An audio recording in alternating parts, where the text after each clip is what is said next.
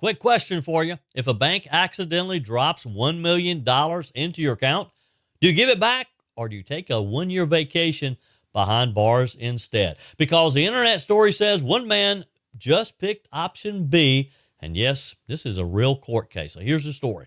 Sounds like something straight out of a Netflix crime series, doesn't it?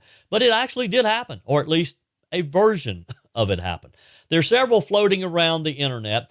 Supposedly, a Nigerian man named Ojo Kingsley woke up one day to find $1 million. And this is where some of the internet sleuths differ on the story. Some claim it was $1.5 billion, but trustworthy news outlets seem to support the $1 million amount. Either way, a lot of money was mistakenly deposited into his first bank account. Now, let's pause right there because most people, if they see an unexpected deposit, might call the bank, right?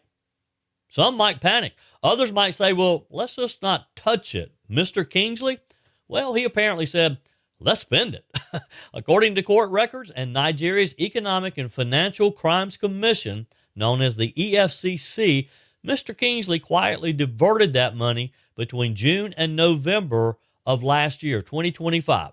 Not all at once, not accidentally, over a period of months, since systematically. Eventually, the EFCC caught up with him.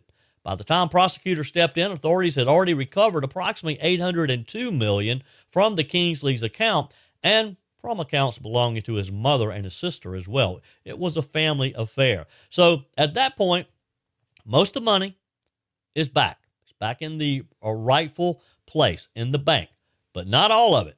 That left roughly a couple of $1 million still outstanding. And here's where the story takes a turn that you kind of can't believe, right? A few weeks back, Mr. Kingsley is standing in court. He pleads guilty, says, yes, I did it. The judge gives him a choice. Refund the remaining outstanding millions or serve 1 year in prison. Now, this is where the interpretation of the story gets a little bit fuzzy. In some reports, Mr. Kingsley says, I'll take the jail time. In other reports, they claim, according to Nigeria courts, he didn't have a choice. He was going to jail regardless. Either way, Mr. Kingsley looked a whole lot richer as he was taken off to prison in the prison suit and the handcuffs. No appeal, no negotiation, just prison time. Now, whether that math makes sense financially, legally, or morally, that's a debate that's being held on social media. Some are asking a very simple question. Is the punishment too light? Did the law unintentionally reward fraud? Or is this a cautionary tale about touching money that simply is not yours? And you know it.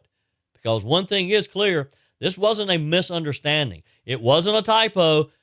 This was months of deliberate spending, knowing you were spending somebody else's money, just not quite sure whose. And remember, you gotta remind yourself here that banking errors aren't free money, no matter how tempting the balance looks on your bank statement. Bottom line is this: a bank mistake turned into a criminal case.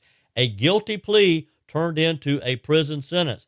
And a man decided a year behind bars, I guess, was worth more than writing a very large check to pay back money he owed. And that tells you a lot about incentives, consequences, and in today's world, right versus wrong.